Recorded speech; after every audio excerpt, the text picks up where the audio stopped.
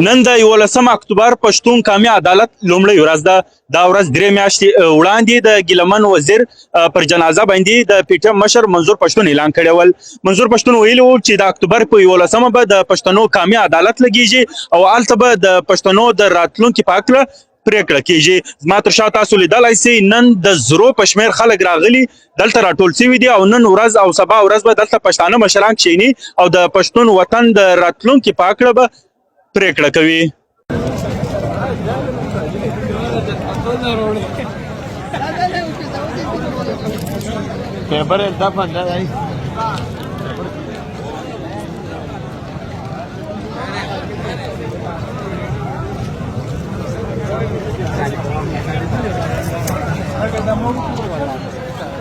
که څنګه چې تاسو ته معلومه ده د نن څه 3 میاشتې مخکې د ملي شهید ګیلمن وزیر په جنازه کې موږ اعلان کړی و چې پر 11 اکتوبر باندې به د پښتون قومي عدالت په نامه باندې د پښتنو یو ملي جرګه را جوړوو او په دې جرګه کې به د قام ټول نماینده خلک، ټول د سیاسي ګوندو مشران، د ټولو طبقو مشران، د ټولو علاقو مشران دا ټول سره راغونډوو. بیا به موږ دوی ته د قام مقدمه یږدو او بیا به دوی په خپل عقل او فکر باندې د دې قام د یو ښه سباوون په هکله باندې یو داسې پرېکړه کوي چې هغه نور دغه قام باندې دغه روان ظلم، دغه جبر ته د پای ټکی کښېږدي او پښتانه د یو نوي سباوونو سره مخامخ سي. نو نن هغه ورځ را رسېدلې ده. که څه هم د ریاست لخوا ډېر رکاوټونه جوړ سول، مختلف پاتکنډې استعمال سوې، لارې یې تړلې وې، د ملګرو پر کورو باندې چاپې وې، پر ملګرو باندې غیر عیني مقدمات جوړېدل. تر 400 زیات ملګري زموږ نیولي دي چې هغه هم دا وخت په زندان کې دي. بیا یې دلته پر پنډال باندې څو وارې برید وکړي چې په هغه کې به زموږ دلته کیمپونه راوسوځل. هغه کم سامان چې به ملګرو راوړی و هغه سامان به د ځانه سره یوړی. بیا پرون بله ورځ دلته رالل چې مخامخ ډزې زموږ پر ملګرو وکړي چې په هغه کې 4 ملګري زموږ په شهادت ورسېدل او تر 10 زیات زخمیان دي چې دا وخت هم په هسپتال کې دي. خو د دې هر څه باوجود زموږ د ملګرو د قربانۍ په بدولت، زموږ د ملګرو د وینې په بدولت باندې موږ په دې کې کامیابه سو چې نن دا د 11 اکتوبر ورځ ده. تاسو یې وینئ په زراو په لکاو انسانان راغلي دي د پښتونخوا وطن د مختلفو سیمو، د مختلفو ولسوالیو څخه نماینده خلک راغلي دي، مشران خلک راغلي دي. اوس به دلته زموږ باقاعده د دې پښتون قومي عدالت د جرګې آغاز کیږي چې په اول سیشن کې به موږ د پښتون قام سره چې دلته په تیرو 80 کالو کې څومره ظلم سوی دی، څومره جبر سوی دی، څومره کسان زموږ په شهادت رسېدلي دي، څومره پښتانه افغانان ژوندي ورک دي، زموږ څومره مځکې قبضه سوي دي، زموږ څومره معدنیات لوټ سوي دي او داسې زموږ په قام کې څومره زخمیان دي، څومره معذوره دي. د دې قام سره تړلي هرې ستونزې په حواله باندې به دلته دغه ټول نماینده خلکو ته موږ باقاعده د رپورټ په شکل کې هغه ډیټا یږدو. بیا به په دویم سیشن کې هر ضلع خپل یو نماینده ټاکي، هر ګوند به یو نماینده ټاکي. بیا به دغه نمایندګان خلک سره کښېني او د دې قام په حواله باندې به داسې یو پرېکړه کوي چې د هغه پرېکړې په انتظار باندې ټول لر او بر پښتون افغان ولسونه دي. نو موږ پر امید یو چې انشاءالله لکه څنګه چې تر نن ورځې پورې زموږ ملګرو همت کړی دی، قرباني یې کړې ده، استقامت یې کړی دی، ډېر په نظم باندې دغه کار روان ساتلی دی او تر دې ځایه را رسولی دی. دا بقایه ورځې چې دي هغه به هم دغسې په نظم و ضبط باندې موږ پر مخ باندې وړو او موږ ټول داسې ځوانان راغلي دي. تاسو یې وینئ شاوخوا وګرځېږئ تقریبا په لکونو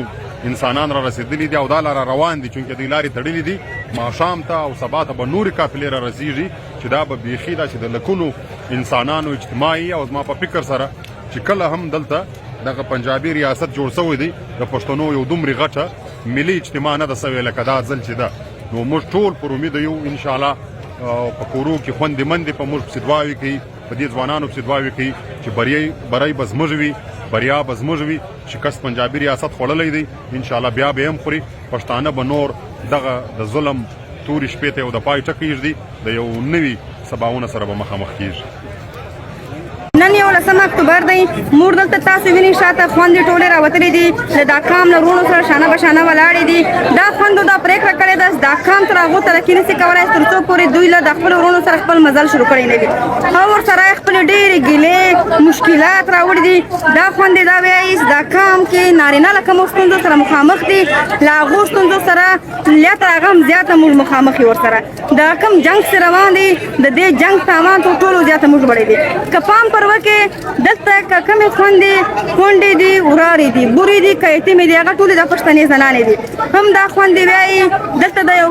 پنجابي ریاست له لاسه څخه زموږ ډېرې په زراو خویندې بې علمه پاتې شوي دي بې زده کړې پاتې شوي دي دغې پرېکړې دپاره دا خویندې ناستې یو هم د کامه څخه توقعات دي چې دا کام به څه پرېکړه کوي او ډېر زیاته چې کوم دي داسې نورې ډېرې مسلې دي په زراو خویندې زموږ وطن بدرې شوي دي او ډېرې کمې او تنقي پېغلې چې کومې دي په بدو کې ورکول شوي دي نو دا ټول امیدونه چې کوم دي موږ دلته راوړي دي د دې سټیټ نه د دې ریاست نه چې کوم دي خپل ځان خلاصول غواړو یعنې موږ دلته دوه کاره راوړي دي یو کار چې موږ کوم دی د دې ریاست نه ځان خلاصو دوم کار د دې خپلو سړیو څخه د شریعت او د پښتو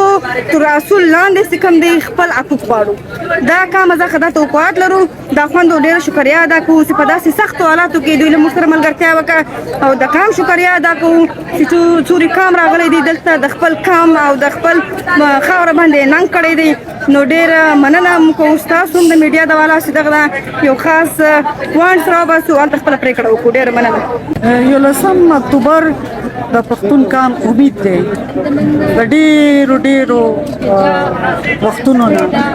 دا ظلم جبر او د دې زموږ ځمکه رانیونه زموږ وطن کې د دهشتګردو فیکټریانې جوړوله جنګ چې دی هغه راوړله او فوجي جبر چې کوم دی سیاسي دا ونیسه هغه ونیسه نو ما دا امید دی چې 11 اکتوبر باندې په پښتون کام خپل د نوي وخت د خپل مستقبل سره څه فکر وکړي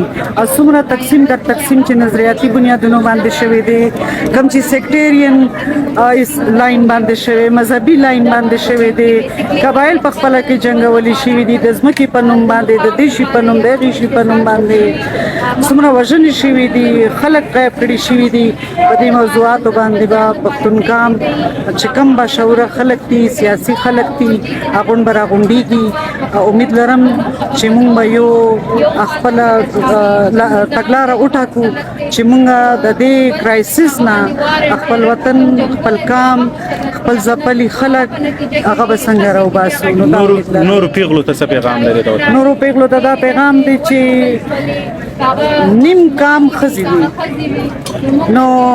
او ښځې تیارې دي د ښځې پیغام چې دی هغه سرزوړ ته ورسول غواړم چې مهرباني وکړي خور لور ته لاره ورکړي چې مبارزې کې شرکت وکړي دا چې څومره یو دا به موږ دوه ګناه شو او دویم دا چې خور لور برخه وکړي تعلیم ته پرېږدي تعلیم بنیادي شی دی هغه ښځې ته یو ښه مستقبل ورکوي یو شعور ورکوي یو سیاسي مبارزه هم هغې نه ښه جوړېدی شي نو کام نه هم غوښتنه کوم چې ښځې ته لاره ورکوي او جرګې نه هم غوښتنه کوم چې د غونډ کام سره سره مطلب غونډ کام چې کله ازادۍ خبره کېږي د ښځې ازادي په هغې کې اټومیټک کله کېږي کله نه کېږي په هغې پروګرام کې د ښځې د برابري د مساوي حقوق د هغې تحفظ دا پروګرام په هغې کې مستقبل چې کوم زموږ ډریم دی چې زموږ وطن د داسې ښکاري په هغې کې زه یو تصویر غواړم د خپلې خور لور د مساواتو تصویر غواړم ډېره مننه